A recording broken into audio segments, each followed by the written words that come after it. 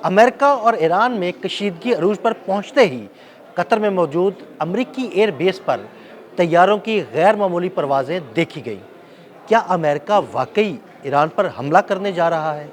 आमिर रज़ा मेरे साथ मौजूद है, उनसे बात करते हैं। आमिर भाई, कतर अल अदीद एयर बेस पर जो अमरीकी एयर बेस है वहाँ पर अमरीकी लड़ाका तैयारों की गैर मामूली परवाज़ें देखी गई हैं। क्या होने जा रहा है? देखिए, सबसे पहली बात तो ये है कि आपने मुझसे ये पूछा है कि क्या वाकई हमला करने जा रहा है, तो अगर आप मुझसे पूछेंगे तो मैं कहूँगा जी। क्योंकि उसकी बड़ी वजह ये है कि लदीद एयरबेस है कतर में, जो कि मशरक़ वस्ती में अमेरिका का सबसे बड़ा फ़ौजी अड्डा है। यहाँ पर उनके बम्बार जहाज़ जो B-52 हैं, हाँ जी। वो भी मौजूद हैं। KC-135 उनका जो एयर पेट्रोलिंग सिस्टम है वो भी मौजूद है।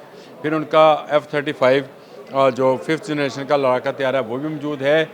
F-15 और F-16 भी मौजूद हैं। यानी सबसे बड़ी जहाज़ों की खेप जो है इसी एयर बेस पे है। और इसी एयर बेस पर अगर आपने परवाज़ों का जिक्र किया तो आपको अदील भाई ये भी कहना चाहिए कि वहाँ पे नकलो हरकत देखी गई है जहाज़ों की। देखें, इस एयर बेस को खाली किया जा रहा है। इसमें सिर्फ ज़रूरी जहाज़ रखे जा रहे हैं, बाकी जहाज़ यहाँ से हटाए जा रहे हैं और उनको मुख्तलिफ दूसरे एयरपोर्ट्स पर मुंतकिल और दूसरी एयर बेसिस पर मुंतकिल किया जा रहा है। उसकी बुनियादी वजह यह है कि अगर आपको याद है जो जंग हुई ईरान इसराइल वॉर, उसमें जिस एयर बेस को ईरान की जानिब से निशाना बनाया गया था और मिसाइल गिराया गया था, जिस पर डोनाल्ड ट्रंप का एक बयान भी आया था कि आपने बड़ा हल्का हमला किया, हम ज़्यादा की तवक्को कर रहे थे लेकिन हमने वो भी नाकाम बना दिया। तो यही अल अदीद एयर बेस है कतर के अंदर, जहाँ पर उन्होंने ये हमला किया था ईरान ने। और अब भी ये इनको आमिर भाई, सॉरी मैं आपकी बात काट रहा हूँ, लेकिन आपको याद होगा कि तब भी उन्होंने हमले से पहले एयरबेस खाली करा ली थी। उसके बाद B-52 से ईरान पर जो है ना उन्होंने बम गिराया। अच्छा, अब भी ऐसी ही नकलो हमल है। दो हैं, B-57 भी और हाँ जी। B-52 भी, दोनों को इस्तेमाल किया उन्होंने। अच्छा, अब जो किया है, अब वहाँ से एक तरफ तो जहाज़ हटाए जा रहे हैं जिनमें F-35 भी है, ये फाइटर प्लेन है। और अल अदीद की ज़रा लोकेशन को समझिए, ये कतर में ऐसी जगह पर वाक़या है जहाँ से सिर्फ 200 किलोमीटर के बाद जो है ईरान की सरहद शुरू हो जाती है। अच्छा, ये कोई ज़्यादा बड़ा फासला नहीं है और जंगी जहाज़ों के लिए तो ये बिल्कुल फासला समझा ही नहीं 5 जाता से है। 7 मिनट इतने ही लगते होंगे। लेकिन इसके बावजूद जो वहाँ पर फौरी तौर पर मशक की गई है, यानी B-52 बम्बार को ईरानी सरहद के साथ साथ फ्लाई कराया गया है।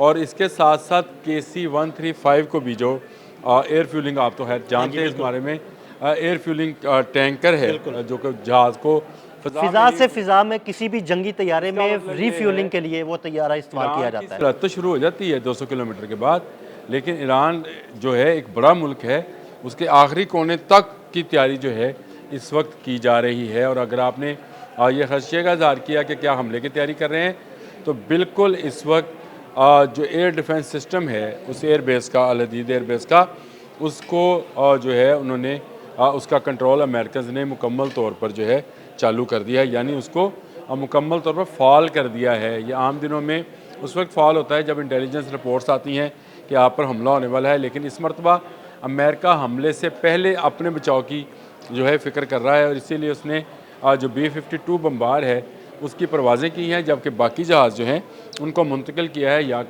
ताकि अगर ईरान पर कोई इस नौइयत की एयर स्ट्राइक जिसको बोला जाता है जंग की लैंग्वेज के अंदर, उसकी ज़रूरत पेश आए तो KC-135 जो है वो मौजूद हो फ़ज़ा में और वहीं से उसकी पेट्रोलिंग की जाए।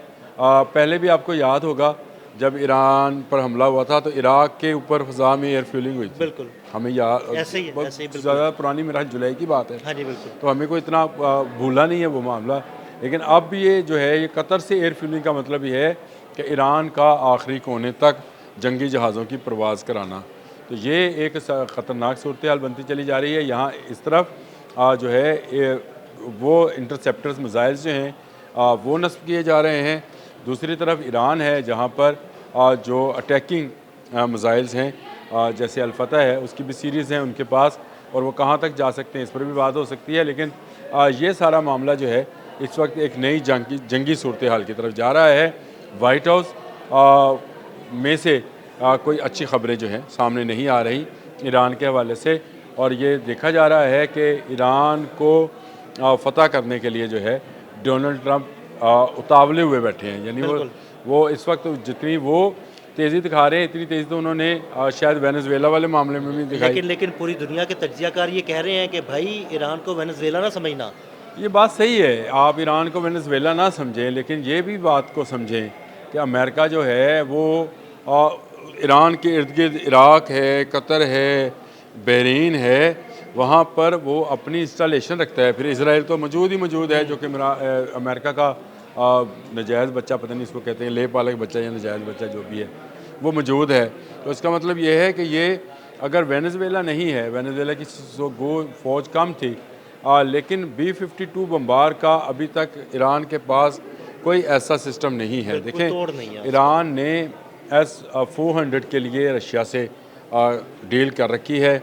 ये कब तक मिलेगा? मैंने जो हम पिछला व्लॉग कर रहे थे ना दिल साहब, तो मैंने बड़ी वाज़िया तौर पर बताया था अपने नाजरीन को, आपको तो खैर सारी बातों का इल्म ही होता है कि अगर चीन और रूस ने जल्द जो है कोई हरकत पजीरी या जल्द कोई ऐसी हिकमत अमली ना अपनाई तो ईरान जो है हाथ से निकल जाएगा। ऐसे ही है। और ये अगर देखें, ये इमरान भाई अगर खौफनाक बात ईरान है। हाथ से निकल गया तो चाइना और रशिया दोनों के लिए बड़ी खतरनाक सूरत पैदा हो जाएगी। ईरान हाथ से निकलने का मतलब ये है कि आपके हाथ से मिडल ईस्ट भी निकल गया, आपके हाथ से खलीज फारस भी निकल गई, जो कि तमाम तजारती रूट्स का जो है आप यूँ समझे कि एक रास्ता है या सड़क और है। चाइना यहाँ तो ईरान से बहुत ज़्यादा तेल खरीदता है। जी, मैं ये तो कह रहा हूँ, तो फिर चाइना और रूस क्या अमेरिका से तेल ख़रीदा करेंगे और उसके उसमें आ जाएंगे कि जब वो तेल देना चाहे दे दे, जब चाहे रोक ले। इसके लिए मैंने कहा था कि ईरान के लिए चीन और रूस को जल्द जो है कोई हिकमत अमली जो है वज़ा करनी पड़ेगी। ये अक़वाम मुत्तहिदा में मज़म्मती करारदाद वाला मामला नहीं है। ईरान का जाना इस खत्ते में अमेरिका को दोबारा लाने के मुतरादिफ है। बड़ी मुश्किल से निकला है वो अफ़गानिस्तान के अंदर से, और अभी भी बगराम एयरबेस के बारे में वो कहता रहता है मुझे दे दें। तो ये चीन के साथ आकर अमेरिका बैठेगा और यहाँ बैठकर वो फिर वो जो करना चाहेगा मशरक़ वस्ता के साथ, मिडल ईस्ट के साथ भी, और उस खत्ते के साथ भी जिसमें हम अफ़गानिस्तान, ईरान और रशियन स्टेट्स या रूस वाक़या है, वहाँ पर भी वो जो करना चाहेगा करेगा। ये ख़तरनाक सूरत हाल है। अल-उदैद एयरबेस के खाली करना जो है ये इस बात की अलामत है कि जंग आई कि आई, यानी अमेरिका पूरी तरह से तैयार है, वो कर रहा है वही काम जो ना करने वाले हैं, यानी वो जंग को दावत नहीं दे रहा, जंग की दावत लेकर आ रहा है। और अगर ईरान उसके पलट कर जवाब देता है तो ईरान की कैपेबिलिटी क्या है, उसकी कैपेसिटी क्या है, क्या वो दुनिया की इस वक्त की सबसे बड़ी कुव्वत से टकराने के काबिल है। आपसे अलग गुफ्तगू करनी है इस बारे में। जी आप ज़रूर करें। अब उसमें ईरान के पास क्या है और मुतवक्का तौर पर रूस और चीन ईरान की क्या मदद कर सकते हैं। बिल्कुल ये वो चीज़ें हैं जो कि ज़रूर इस पर हमें बात करनी चाहिए, क्योंकि ईरान हमारा बरादर इस्लामी मुल्क है और हमारी सरहद उसके साथ मिलती है। तो इसमें हमें भी जो है इसकी गुफ्तगू जो है लोगों के लिए ज़रूरी है कि ईरान का मतलब क्या है और ईरान पर अमेरिका क्यों आना चाहता है, और अगर ये जंग शुरू होती है तो ईरान किस तरह से रिएक्ट कर सकता है, और इस रिएक्शन के नतीजे में फिर हम कहेंगे कि ईरान ने किसी दूसरे मुस्लिम मुल्क के अंदर जो है वो मिसाइल फेंक दिया, जैसे कि मैंने कतर का बताया कि यहीं पर उसने मिसाइल फेंका था। तो ये जंग फिर क्या मुसलमान मुल्कों के दरमियान हो जाएगी और अमेरिका बाहर बैठकर अपना असला इस तरह बेचेगा और रूस इस तरह बेचेगा? क्या इस तरह की सूरत हाल होगी, जहाँ ये डायरेक्ट अमेरिका और ईरान की जंग होगी? हाँ, ये बात आपकी ठीक है कि ये वेनेजुएला नहीं है। ईरान जो है ये एक बड़ा मुल्क है और अच्छी दिफाई टेक्नोलॉजी भी रखता है, जिसका सबूत उसने जो जंग हुई थी 12 दिन की इसराइल के ख़िलाफ़, उसमें उसने दिया भी था कि वो अच्छी टेक्नोलॉजी रखता है। और अगर उसने मज़ीद टेक्नोलॉजी को इन्हांस किया है, अगर चलें आप अलग भी लॉक करेंगे तो बताऊंगा, अगर Su-57 आ रहा है या बाकी जहाज़ उसके पास हैं तो वो उसका क्या रिएक्शन होगा, या खलीज फारस को वो कैसे काट सकता है और कैसे तेल की और तजारत की दरामद बंद कर सकता है, इस पर अलग से बात कर लेंगे। लेकिन इस वक्त सूरत हाल ये है कि कतर में अल-उदैद एयरबेस जो है वो पूरे जंगी माहौल में चली गई। बहुत शुक्रिया आमिर रज़ा जी। बिल्कुल आमिर रज़ा ने बड़ी तफसील के साथ आपको बताया कि अल-उदैद एयरबेस पर तैयारों की जो गैर मामूली परवाज़ है वो क्यों हो रही है। अदील अहमद और आमिर रज़ा को इजाज़त दीजिएगा। अल्लाह हाफ़िज़।